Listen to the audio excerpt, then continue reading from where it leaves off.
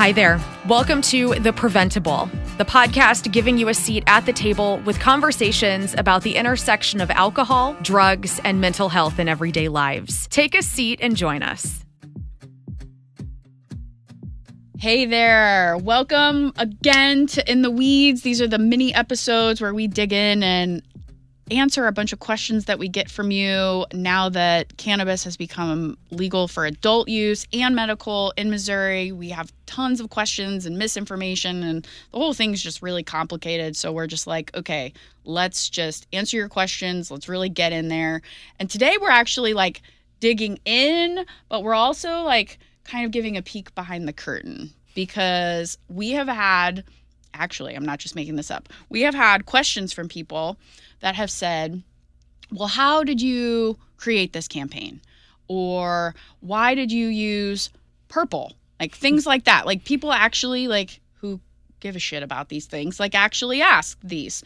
So with me today is my very good friend who just so happens to be the strategy director at Magnetize, who's the company that we're an agency. Agency. Okay. Yeah. What's the difference between a company and an agency? I don't think there is one, but we're a creative agency. Okay. So with me today is the strategy director of the agency Magnetize, who helped us with this campaign, Sam. Hello. Wait. What is your last name? I know you're Nuernberger, but that's not you. You can call me Nuernberger too. It's okay. What's your new name? My last name is Sam Agusti-Nuernberger. That's my full name. Right. I make it a real tongue twister for everyone. Well, ever since I've known you, you've been married, so I don't know why. Well, I guess not when we first met. Yeah. When we first met, I just know you as en Sam. route of getting married. Yes, you were en route. You were making all the paper cranes. Dear God, we are 5 seconds in, and this podcast has gone off the rails. We've gone off the rails, but let's be real. This is why people listen. They know we're going to meander all over the place. So my name is Sam Agusti-Nuernberger. I hyphenated it because I had such a outstanding career I felt very proud of. Obviously. And then I love my husband and also wanted his name for family purposes. And I thought if I'd make it easier for everyone, if they wanted to just drop something, they would naturally drop Nuernberger, but that has not happened. And everyone just keeps Nuernberger. And usually there's that stutter you just did where they go, how am I going to say this on a microphone in a professional setting? So it backfired, but I'm kind of into it. It's been my whole life. Is John just like, why don't they John could care less. Doesn't care. He goes, it's your name. Call yourself what you want to call yourself. This is amazing. And yes, welcome to the In the Weeds PrevenTable podcast, where we talk about all things except for the topic at hand. It was a creative decision. Yeah, okay. So speaking of the creative decision, so a little bit of nice transition, a little bit of behind the scenes. So you were one of the people that worked with us at Prevent+Ed when we were faced with the incredible decision of needing to change our name. Yeah. And so at the time you were with Almanac, and you and Angie Winchell like really seemed to just like get us, get who we were, get how we talked about things. Also, quite frankly, you got me and my like high expectations, my need for things just a certain way, because I think you share that. Mm-hmm. Okay. Yeah. So there's no hiding that fact that we shared these things in common. Yes. So you like asked me to be friends, which was really cool. You were like, "Can we be friends?" And I was like, "That's so cool. Yes, we can be friends." And so we have continued our friendship and professional, co-workings or whatever. Yeah. So for us, when we started thinking through the idea of creating a cannabis campaign, kind of like we did with Talk About It, for us internally, it was like a no-brainer. We needed to work with you and thereby working with Magnetize. So can you talk a little bit about what Magnetize is? Yeah. So I'll also add that I remember this campaign coming to fruition over one of our coffees. It's true. It's a true story. Where we were per the usual, we're about to say goodbye. And then you dropped a little nugget, and I was like, oh, well, let's sit back down and talk for 35 more minutes. And that's, I think, where I vaguely recall being like, you need a campaign, a full-on campaign. And you were like, I do need a campaign. And then you went back and I think sent me multiple text messages later that afternoon thinking after you had marinated on it about how to make it happen. And then we did that. So to answer your question, Magnetize is a creative agency. We do have a specialization in nonprofit and purpose-driven organizations. So meaning that really our kind of niche area of focus is typically nonprofit, healthcare, education. We spend a lot of time really getting to know the nuances of our clients, and we aren't generalists in that way. You know, we really dive in and understand what it takes to fundraise, understand what it takes to have multiple different communications that have to go at the same time to very specific audiences and how they all overlap, right? And that how do we create content that is creating ambassadors, not just brand ambassadors, but people who like can go be storytellers on our behalf. So a lot of that comes back to storytelling. That's a thread kind of throughout my career. You know, it's why I was drawn to Almanac, because they had a very similar purpose.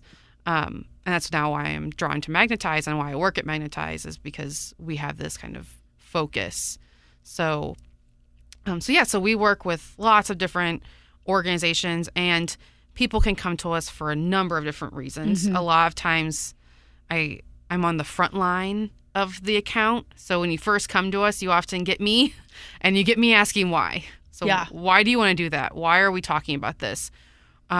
And really what I'm trying to get to is that broader business goal. So why are you setting out to have a campaign, to have a campaign? We don't want to just do a campaign to do a campaign. We need to know what needle we're eventually trying to move here. And who are the audiences and all of that. Now, I will tell you that my least favorite part of this whole process, you already know what I'm going to say, is your favorite part, I think. But it's that whole discovery thing. And that's because you know it all. I say the discovery thing, and you're like, yeah, it's not a thing, Nicole. No, it's a discovery thing. It's okay. It's a very elongated process of research. If you're in person, it's a lot of Post-it notes, or it's a lot of like whatever those boards are, whatever. Mood boards and all sorts of things. Right. I can't stand those, but I understand the value of them, right? And so once the conversation had been happening and we knew that, you know, we wanted you because you got us, and you know, you went to high school with Lauren, who's our graphic designer, was our graphic designer at the time, now is leading our Marcom. Also worked with her at Almanac, and she and that's a big part of your branding. And that's how you got exactly right. That's how we got Lauren, all the things. So it was like, we're working with Sam, and okay, great, we're working with Magnetize too. Yes. So one of the first things we did after we told you, like, okay, we really want to do this, but we don't really know how we're going to pay for it yet because we're working on funding, but there's some challenges, which you were all very patient about, which also shows me that you are used to working with nonprofits. But then we did this process of discovery, right? And like, for those people who have never done one of these, like, could you talk a little bit about what that is and like why it's important? Oh, yeah. I mean, this is like the hill that I will constantly be climbing up for the rest of my career. I know. Do you like how I tease you up, by the way? Because I know you love this. Okay. I do love discovery. And it's, I think for a lot of people who are like you have been knee deep in this work for so long. Yeah. I'm like, duh. Like, this is obviously we're going to, and you're leading the organization. You know your business goals. You know where you're headed. You know what you have to do. But sometimes the act of getting you to just write it down on paper and become clear and concise with that is really hard. And that's why I don't like it, because I think it's very hard to articulate what it is that is in my brain. Exactly. So the entire discovery process isn't just getting that information out of your brain. It's a big part of it, but it's also bringing your team along and bringing key stakeholders, bringing your board along. It's getting everyone in the same room and getting everyone's brain. It's like a brain dump, right? Like, we're just throwing everything down, and often it's on big yellow stickies or Post-it notes, or it's a facilitation tactic, right? We're just getting everyone to give us their brain, and then what we do is we sift through it and succinctly bring everyone together. So oftentimes people hear me say, what I hear you saying is this. I love to put quotes back in front of people. You said this, so we're going to do this. You said X, we'll do Y. And so discovery is so important from that kind of camaraderie building in this campaign. Like for us, it was not only the camaraderie part, but then it's also really important in that we go off and do our own research, and we do market research, and we look at what's happening in the world, in the state of Missouri. In this instance, we looked at other like states that were going through similar issues. And we say, what are they doing? And what are they doing really well? What are they not doing at all? What's the opportunity gap, right? And then what are some, like if we're thinking about organizations that are out there doing work like this, what are organizations that are maybe doing work very similar but not exactly the same? And what can we draw from that too? Because a lot of times, and whether you're talking about a big brand that has lots of money or you're talking about a nonprofit organization that has little money, a lot of times within the industry, if you're trying to push the needle, there's no one doing it well yet. And you can be the ones doing it well. So we kind of look for that aspirational component of how can we push whatever we're about to create to a space that is new and innovative, and what else is out there that we can just tap into. Because there's so many marketing tactics out there. There's so many ways to do things, but we have to be educated and informed, and at the end of the day, make educated decisions. So we try to get as educated as we can during discovery. So a lot of times we put things out there that you guys have told us about. In this instance, we put some other organizations that you guys probably didn't even necessarily have on your radar, maybe from this perspective. Yeah. And it's a very, I'm skipping some steps, of course, but it's a very like iterative process, right? So there's no account that's like the other. Yeah. So our discovery is often, I kind of call it pulling at threads, and you just kind of see where it takes you. So it's like, let's as everyone's brain dumping on the table, we're going to start pulling at some threads and see where that knot leads us. And then you kind of come back after doing research and after being like, okay, here's what they said. Let's dive deeper into that. And then you come back with some ideas. And some of those ideas, go somewhere and we really like. And some are like, no. Some are like, you don't get it. Right, exactly. And I go, it's not that I don't get it. It's that I'm testing the, a lot of times. So the other thing I do. So let's just talk about the process really fast. Like discovery is often a facilitated session with your kind of task force, like the people who are knee deep in this work with us. And then sometimes there's interviews, or there's a meeting with your board, or there's a facilitated session with staff members. Like there's additional facilitated sessions for some. Sometimes it's just that with this project, because it was a campaign, because it was pretty intentional, we kind of stuck it to that first meeting and then got everyone on the same page from that meeting, because you guys were the task force, you guys were leading this home. But we also then surveyed your partners. We did. Right? So that's a little different. Like Could you talk about that? What did we survey them on? We surveyed them on, number one, finding out if they thought that this was needed. Right, exactly. Do we need a cannabis messaging campaign, a cannabis health education campaign? Yeah. Yes. The answer was yes. Yeah, because I've been in many situations where an organization thinks that they need something, and then when we talk to the partners who are going to be big advocates for their campaign or big advocates for this thing that they're building, and they're like, why you? Right. Like, or we're already doing that. We don't want to adopt your thing. Right. And then I get the really comfortable conversation of going back to them and being like, it's not the right time. You have work to do. And I've done it. I've done it more times than you'd expect. But in this situation, we heard from our partners, meaning our coalition leaders, our schools, our staff, because we needed to make sure our staff were on board too, that yes, we needed it. We were getting asked for it. Yeah. And then we asked, like, you were the right organization to do it. Yes. And then we asked, like, and how? Like, what do you want to see? What would you actually use? Right, exactly. We did not want a bunch of posters. Jenny was against the posters, but what did the survey tell us? Some people still want posters. People want posters still. I know. So maybe we'll get some posters. Maybe we'll get some posters. But they also wanted stickers.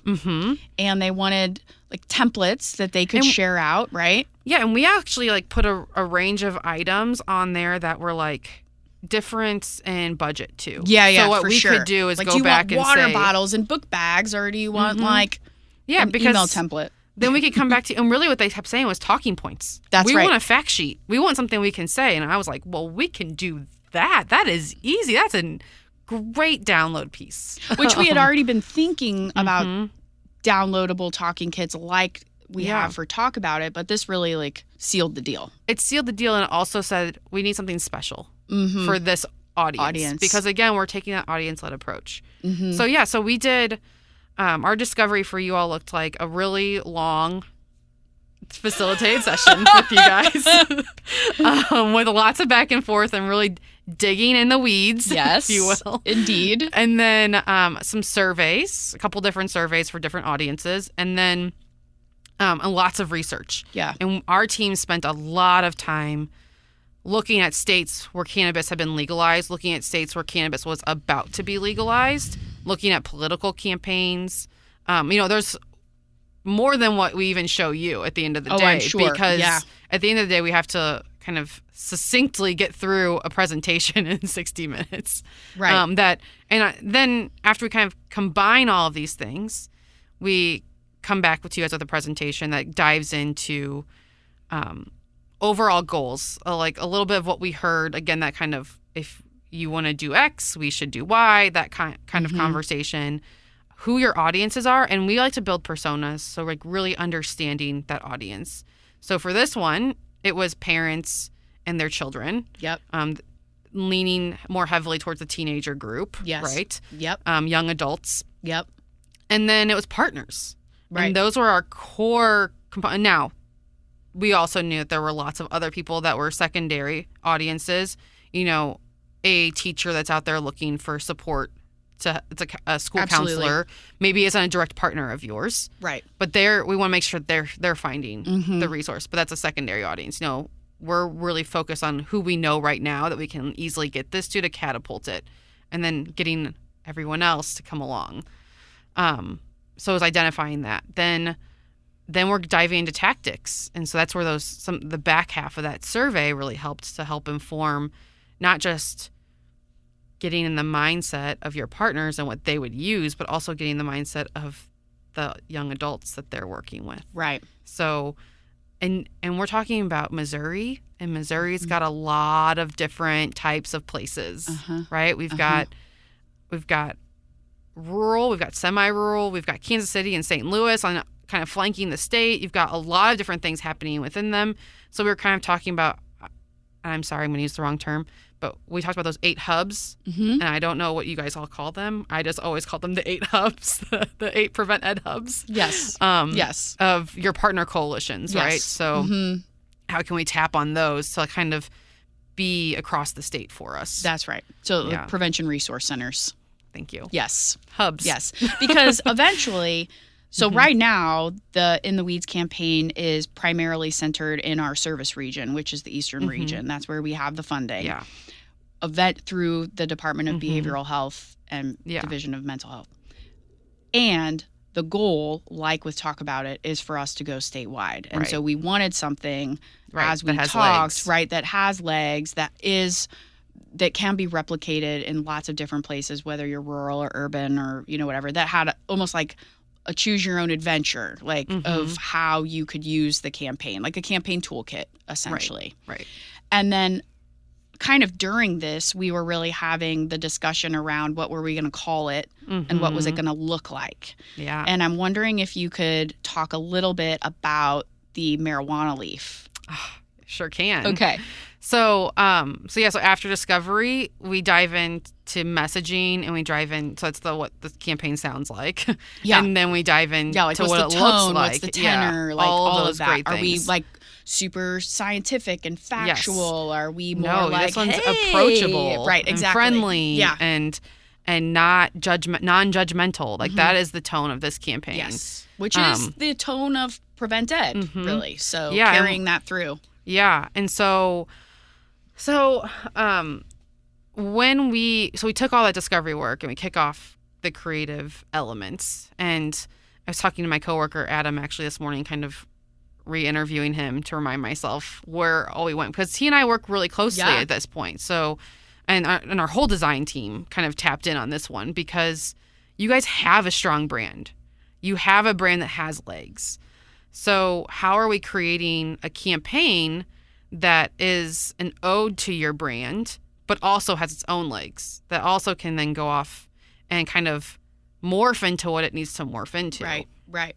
So we had, I was looking back at some of our original mood boards and original concepts that you all never even saw. Okay. And, we leaned in on some of the marijuana leaf. We leaned into this gradient that had a smoky haze across it. It wasn't like in your face, this is smoke. Sure. But it was very nuanced. When I saw that smoky haze one, I didn't even at first realize that it was smoke until Max had said something, and I was like, oh, yeah, it was like, it was also subtle, but it was also tapping into like the cool thing that's kind of happening again with this like gradient tie-dye feel in fashion right now. Totally. So if we're thinking about young adults, like we want it to be fashion forward and hip and whatnot.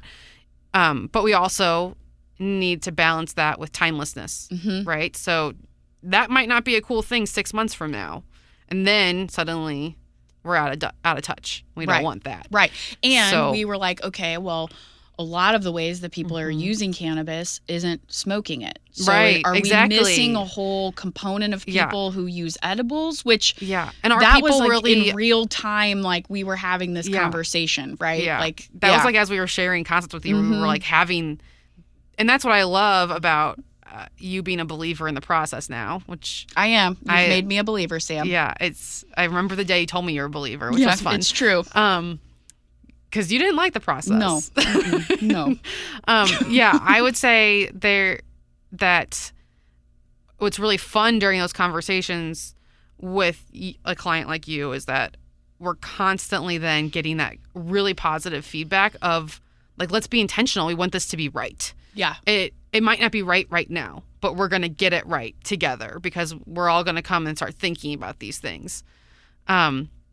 It's a little nerve-wracking when we're all presenting, like, I can't remember if we had 4 or 5 that we finally showed you, but showing the concepts and everyone's quiet. I know, right? Because you're like, what's everyone thinking? And then we kind of, everyone sits quietly and then they're like, all right, how do we give the feedback? And we're like, just give it to us. Right. And you don't want everybody to just be like, oh, it's great. Yeah. No, we want the real, we want to know. Right. So I remember there being 2 conversations that were really happening. One around the word cannabis. Yes.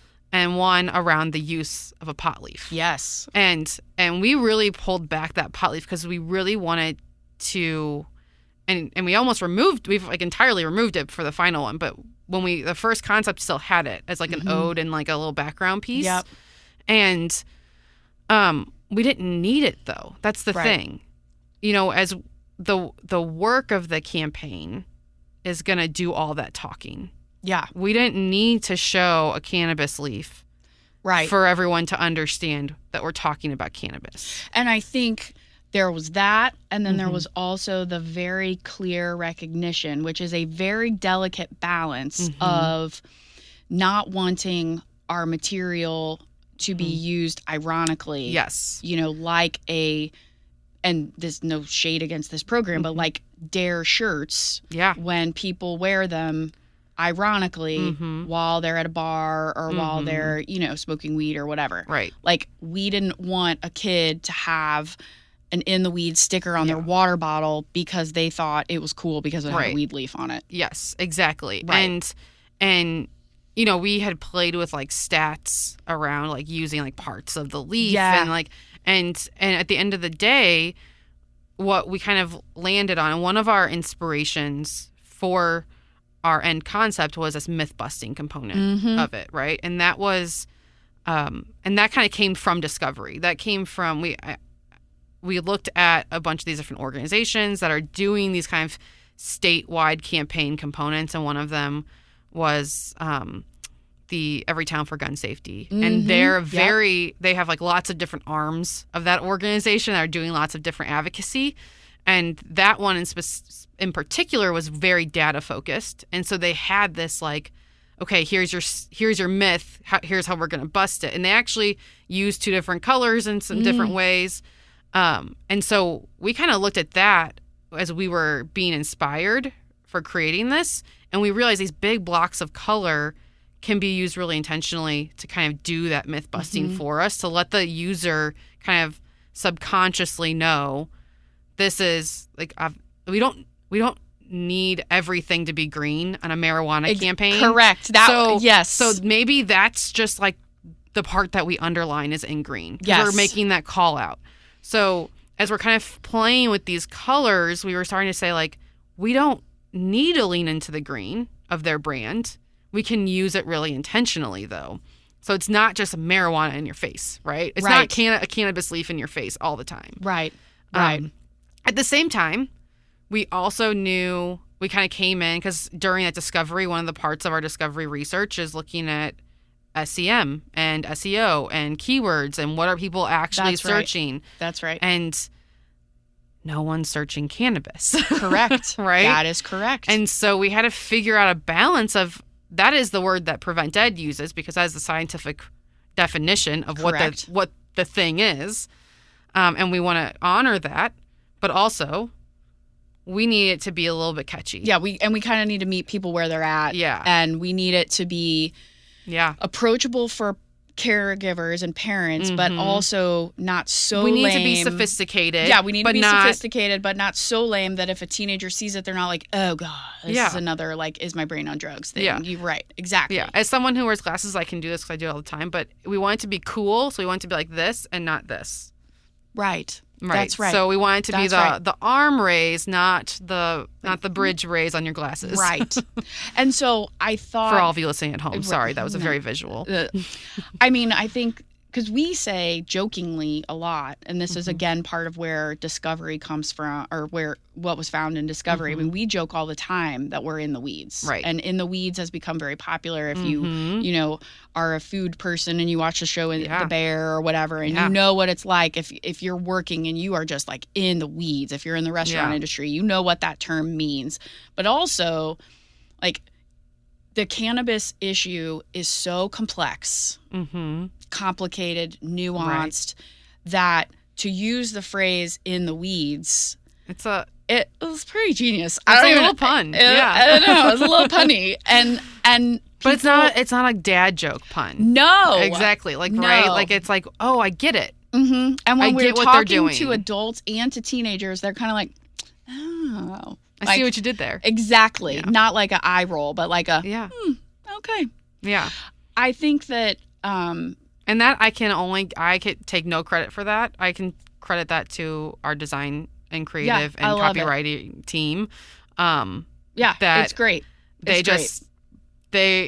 think we had a couple other ones that kind of started to play with things, play with words and things, but none of them worked like that one did. It kind of sticks. Like you kind of get it. And, and I will say that PrevenTed, the name, like it came the exact same way. Like, and we've told this story here on the podcast before with the episode with Tom Etling, but like we came up with the name and then we left the name because we thought it was too obvious. And then we came back to the name like 6 months later. So when you have something that just fits, you kind of like know it. Right. Yeah. Yeah. And so one, I'll say tactic, I don't know if that's the right word, was the suggestion of these mini episodes. So it's using the podcast and in a similar but different way, highlighting the in the weeds. And then also blogs. And then one of the things that we're really hoping takes off is like, I would love to be able to like answer questions like live or some in real time, like that people have. Like we're basically in like phase 1, right, of the campaign. Yes. So phase 2, we're hoping we got some more, expands and looks a little different. Well, one of my favorite parts about this campaign is that it is user-generated content. Yeah. You all are leaning in to listening to your people, listening to your parents, listening to what your teens are saying. I mean, you all are on the front lines every day. You hear it all the time. Yes. And I remember when I kind of shared the keyword research, you guys were like, oh, we can never run SEM. It's not going to happen. Google's just too difficult with it. And they are. Give you that.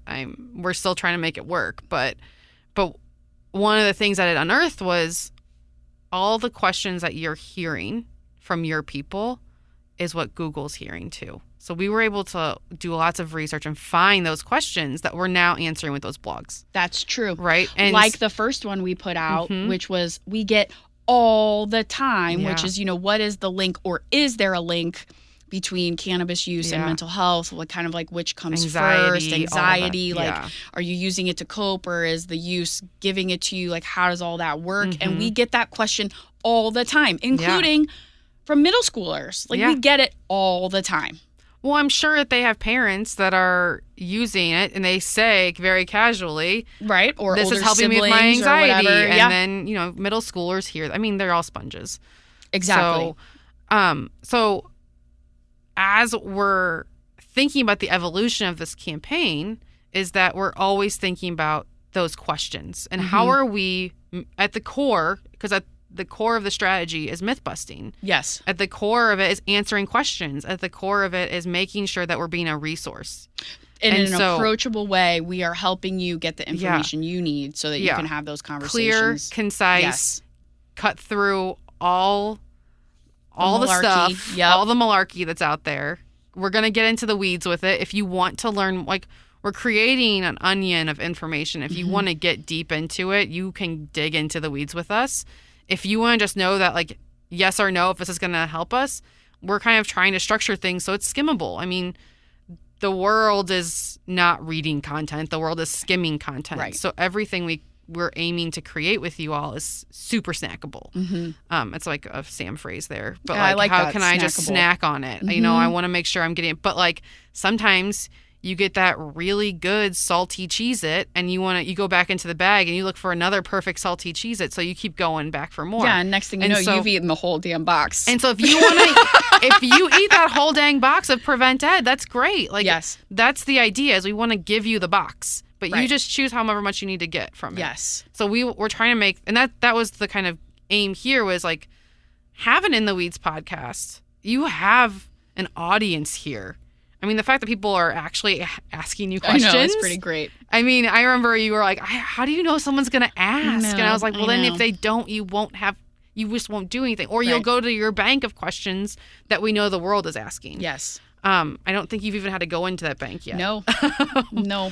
Because it's such an uncharted space for us right now that as a society, that we don't know the right answers. We don't know, and we're just looking for anything that's not a blog that doesn't have cited sources or doesn't have the information behind it. We don't need an influencer's opinion. Most of us are wanting, I won't even say facts. I think we just want to know more.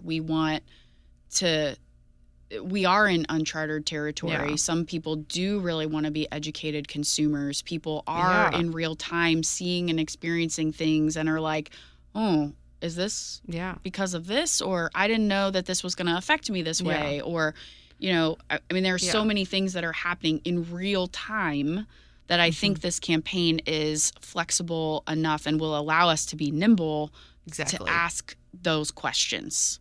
And I do think we want influencers. I think we want, and I know you hate me for saying that, and I'm saying it on a recorded line, so you have to have it forever. Come on. But if you got influencers I do think we want influencers, but we want to help inform those influencers. Yes, no, you're right. We want to help them understand and learn more so that when they are projecting it because they have an audience, that they're projecting the right information. Or better yet, they're pointing people who have questions to your talking kits. I stand corrected. Yes. If I see one more influencer standing in front of a mirror trying on their Amazon Prime Day finds, I'm going to throw my computer out the window. No, I'm tired of that content. You know what I mean? I'm tired of that content. We're not talking about that content. I know. We're talking about we need different kind of content. We're talking about the influencers that I, as a mom, frequently rely on because I've said this is a trusted resource to me. Yes. And so how can we find trusted resources for parents? I think there's a lot of St. Louis parents out there that do have a good following that don't know about this great thing, and they're navigating teenagerhood. So is this phase 2, Sam? Yeah. Okay, great. Sorry I put you on the spot. So this is okay. So what I'm hearing is that this is phase 2, and that if there's any like mom influencers or dad influencers or somebody who wants to learn more and reach out, please. Yes. Yeah, we want to talk to you. Okay, we want to talk to you. Yeah. I also know that the next phase is still more blogs. Yeah, right? so blogs are never going to not be in a phase. And that helps with SEO. That helps with Search SEO. engine optimization. Yes. It helps people find you. It helps people find the In the Weeds landing page of your site. We're also, that landing page will always be an ever-evolving page because we're updating it with more content, new resources as we have them.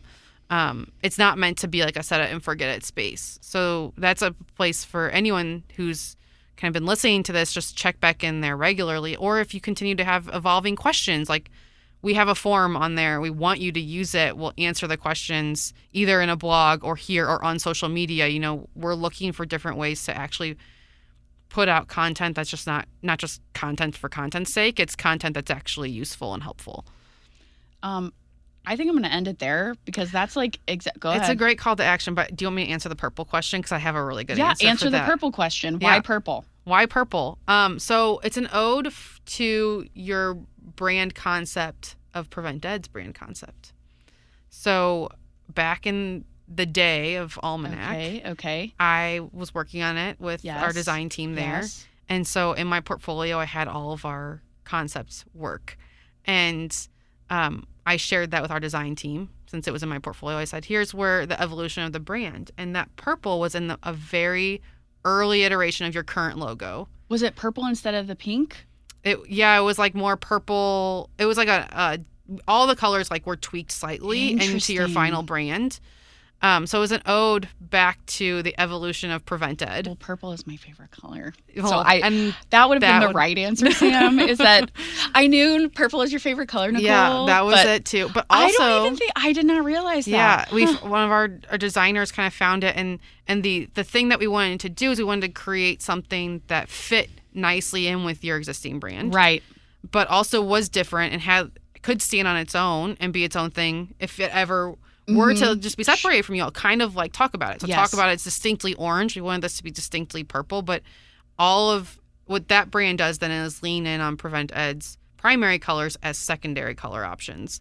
So that green you see being used to like underline or to give, like when we're giving the truth, it's like the green is the kind of teal green of PrevenTed's logo is like where we want your eye to go, whereas the purple is like the backdrop. Right. Yeah. So I hope y'all found this interesting because I sure as hell did. And we have gotten a lot of questions about why purple, why not green? Why are you using weed? Why not cannabis? Why not marijuana? And I have attempted to answer some of those questions, but I also knew that enough people were asking these that it would make sense to bring you on. But I also know that there's enough people that listen to us that are trying to do similar things, right?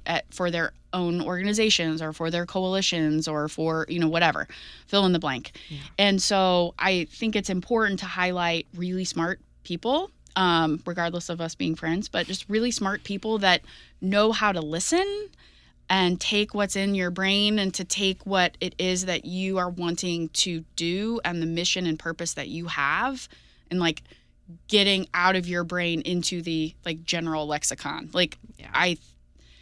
I know that that's really hard. And I also know that because you in particular, you've worked at nonprofits, you speak nonprofit, you also know that nonprofits do not want to be treated like a charity case. Mm-mm. Like we want to be treated like a company that has money because the resources that we're spending on campaigns are very real. Mm-hmm. And I know that there are some agencies that maybe treat nonprofits as like they're pro bono, and we all know what happens when you get pro bono. It's just takes forever. It takes forever. It just takes forever, and it should because it's for free. So when you pay for it, like you're expecting a certain outcome.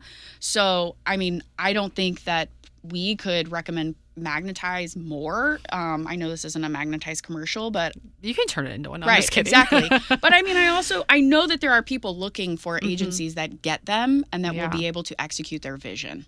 And you are a national company, right? Yeah, we've got organizations all over Ohio, Kansas City, St. Louis, Chicago. I mean, okay. I'm trying to think. We're all over. We've got West Coast, East Coast, everything in between. Love it. So thank you for these kind words. You're welcome. So keep sending in those questions. Yeah. Go to the website, the intheweeds.org. No, what's it called? PrevenTEd.org/intheweeds. Yes. Thank you, Sam. Thank you for digging in today. Really appreciate it. Thanks for having me. Seriously, thank you. Yeah. And if you are liking this conversation, if you want to learn how to engage with Magnetize, if you have questions, use that form on the website, which is prevented.org/intheweeds. Yeah, there you go. And if you want to learn about Magnetize, you can check out our website at magnetizeagency.com. Perfect. Thank you so much. Thanks so much. I love having you. I love being here. There you go. That works. We just love it all. Bye, Sam. Thanks for joining us at The PrevenTable, brought to you ad-free by Prevent+Ed. Prevent+Ed works to reduce or prevent the harms of alcohol and other drug use through education, intervention, and advocacy. Please visit their website at prevented.org. Like what you heard? Rate, review, and subscribe to stay up to date with what we are serving on The PrevenTable.